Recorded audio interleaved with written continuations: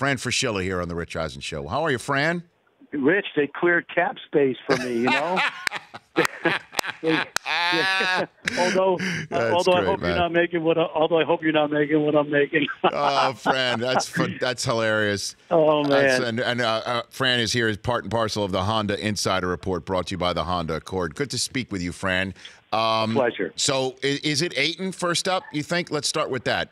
What do you think? Okay, done deal. Not even close. I mean, it's close, but this kid is a unique big man. We're talking about the new era of the NBA, small ball, versatility, but he's 7'1", 260. He moves his feet great. He's a tremendous athlete. He's got a killer instinct that we didn't see in high school because he just kind of floated. But he told us this morning when we got a chance to interview him on Sirius NBA radio that Sean Miller really dared him from day one to bring effort every single day. And Rich, when I watched him in person and on tape, his effort level is high, and this is it's a no-brainer.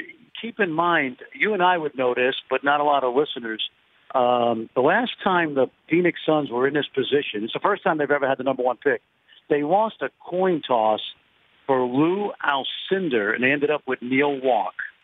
So it's a good day for the Suns tomorrow night because they'll get a chance to get a franchise player. So then if you are next up and you're Sacramento, who do you pull the trigger on right there? Now, this is the tricky one. They have the toughest decision in the draft because they're staring at, Marvin Bagley, a precocious high school kid who, can be a young man that went to Duke and put up 20 and 10 this year.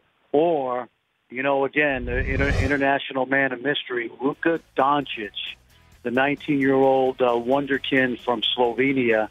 And it looks like you would say with Vlade there, with Peja Stojakovic as the assistant GM, that Dončić might be the guy. But this is the tough part for Vlade. They cannot get this wrong, Rich. I would personally take Marvin Bagley, but this is going to be the call of the night because everything else after the Dončić-Bagley pick for the Kings will determine where everybody else falls. So they've got the toughest job in the draft. So what about the idea that Dončić is more polished than Porzingis was, and we all know what a purple unicorn he's turned out to be? What about that, Fran? Yeah, well, I think there's no question he's the most decorated player to ever come out of Europe as a young player. Now, is he going to average 30,000? Is he going to score 30,000 points like Dirk? Probably not. Does he have the unique physical ability of Greek freak? Probably not. Will he win championships the way Gasol has? We'll see. That remains to be seen. But what he is the best way to describe him, Rich, is think about Gordon Hayward-type physical ability and skill with Manu Ginobili's brain. This kid is quick of mind, Larry Bird-like, Magic, LeBron-like in terms of the way he sees the game. I question some of the athleticism, so that's why I would go Bagley. But this kid's a unique player, if only because of what he's done at such a young age in Europe. He doesn't have the 7'2" wingspan and athleticism of Porzingis, but he's got an incredible feel for the game. So then why do you go Bagley over Dončić here? I would feel more comfortable knowing that what I saw in Bagley is a kid that, again, nearly 7 feet, very athletic, can score, plays with a high motor. I think he's a guy that Sacramento could plug in and get 20 points and 10 rebounds next year. Fran Fraschilla here on the Rich Eisen Show. Who do you think the Hawks should go at 3 then, Fran? Well, then I think they'll go Dončić because they're rebuilding. Again, he is an incredible teammate. The new coach, Lloyd Pierce, has been in Philly with Simmons. He's been in Golden State with Steph and Klay Thompson. I think Dončić would be a nice building block for the future because, again, and let me tell you, I could be wrong about him going 2, and he could end up being a guy that Sacramento builds around. But if I'm feeling Bagley at 2, then I think Dončić has to go 3. So who do you think has the who's dropping? Who do you think is dropping right now, night before the draft, Fran? Who are you hearing about? I never subscribe to rising and dropping, Rich, because I think teams have a good sense of where these guys are. But what I would tell you is when you talk about Michael Porter Jr., the youngster out of Missouri who had back surgery in November, what fans have to realize is that before you talk talent, attitude, character, work ethic, intangibles with an NBA owner, you got to talk about the medical. You can't be a GM that goes to your owner and says, look, we got a 50-50 chance of drafting this Michael Porter Jr. and he's going to remain healthy for 10 years. Because of the back surgery, he's the one guy that could slide down to the, to 8, 9, or 10 because as I've checked with surgeons, when you have back surgery, there's an 80% chance you're going to get to be completely healthy. But there's the 20% that you won't, especially tall guys and especially guys who fly on charter flights all season and have to sit in these airplane seats. So Michael Porter's a tremendous offensive talent, but given the fact that you got Bamba and Wendell Carter and Bagley and Ayton, I think Michael Porter Jr. drops because of the question mark with his back. Well, I'm just looking at prospect rankings right here with Fran Fraschilla in the Honda Insider Report here on the Rich Eisen Show. I mean, it takes a while to see the word junior, and I'm not talking about because, in the name, I'm talking about the number of years in college. What's been the conversation around the draft about the one-and-dones and what the NBA needs to do to fix things in the light of what was going on and still is in courts and the FBI, Fran? Well, it's easy, Rich. Within the next year or two, they're going to do away with one and done, and we're going to get back to where we were when Carmelo and Dwight Howard and some of the other guys went right to the NBA draft. I'm all for it.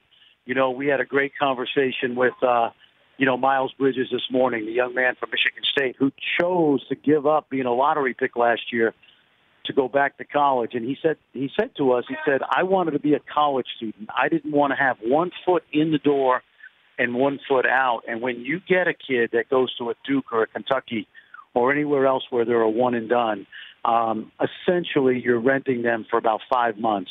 And so now the DeAndre Aytons and the Marvin Bagleys can go right to the NBA out of high school, like the kid at Tampa Catholic who throws 97 miles an hour. He doesn't have to go to Florida State. He can sign with the Cincinnati Reds. And so you're going to see that. The one and done is gone by either 20 or 21.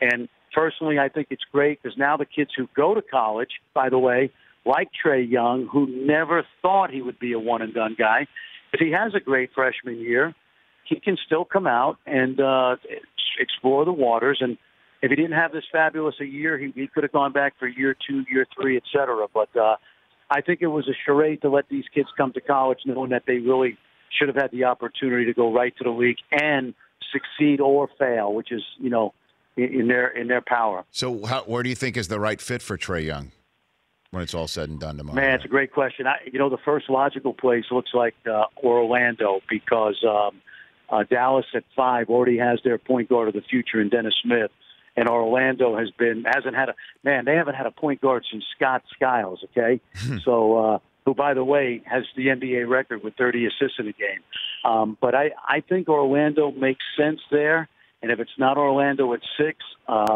then you got Chicago at 7. And then, to me, he'll be gone by 8 or 9. But, to me, he's not Steph Curry. Forget that.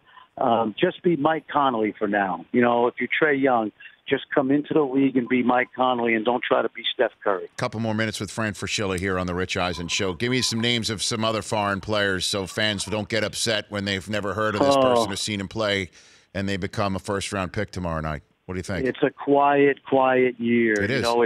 It's not a great year. There could be only 2 first-round picks, but I will show you the breadth, the depth of my pronunciation ability. Go for it, friend. Nail it. Let's go Zanan Musa from Bosnia, 6'9", small forward, just turned 19. He'll go probably between 15 and 25. And then Eli Okabo, terrific young guard from France, who's about 6'4". Remember, the French guys do well in the NBA.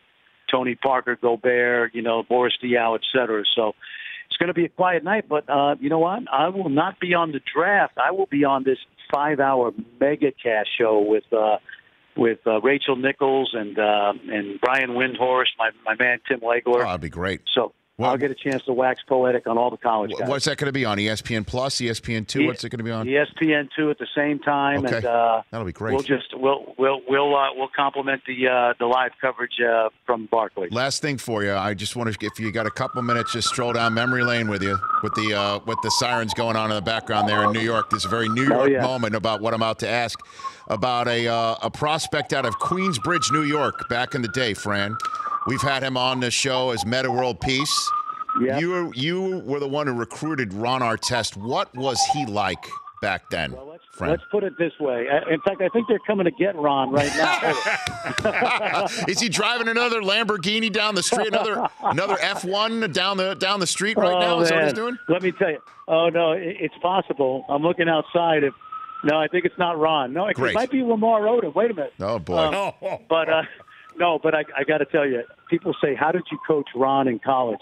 And I said, it's very simple. I had to be crazier than him. So whenever I saw him in practice start to bubble up and start to lose the temper, I went into full Fran Fraschilla crazy mode, and I went crazy on the entire team. And this way, he calmed down, and he would come over to me and say, Coach, relax, everything's okay. So when I would see the temper come out, I would actually get crazier than him, and we ended up having a great relationship. And he's one of my favorite people, and you guys have gotten to know him out there. Yeah, heart as big as gold. Most competitive guy I've ever coached on the court, off the court. He would give you the shirt off his back. Are you aware he's become friends with the guy who threw the beer at him in Auburn Hills in the Palace? Are you friends that he's contacted him? He knows who he is. He's had conversations. Are you aware of that, Fran? No, but it's no surprise. He's one of the gentlest, kindest guys. You guys remember about 10 years ago, he was the NBA citizen, the Walter Kennedy Citizen of the Year because of what he did in Africa. So, he's a fabulous guy, and I'm really proud of him because I've known him since he was 15 years old and got a chance to coach him and got a chance to set him on his way. And someone told me, Rich, I'll leave you with this. They said, what do you think of Phil Jackson? Someone asked him. He said, great coach. And then someone said, what about Coach Fran? He goes, the coach. The coach. Well, I'm glad for the purpose of this conversation, if there are more than one Fran Fraschillas, I'm glad I got the Fran World Peace version. I'm glad I got that one. There you go. Take care, Fran. Thanks for the insight. Have a great time on the MegaCast tomorrow night. Thank you, Rich. You got it. That's Fran Fraschilla. The Rich Eisen Show, weekdays at noon Eastern on Audience.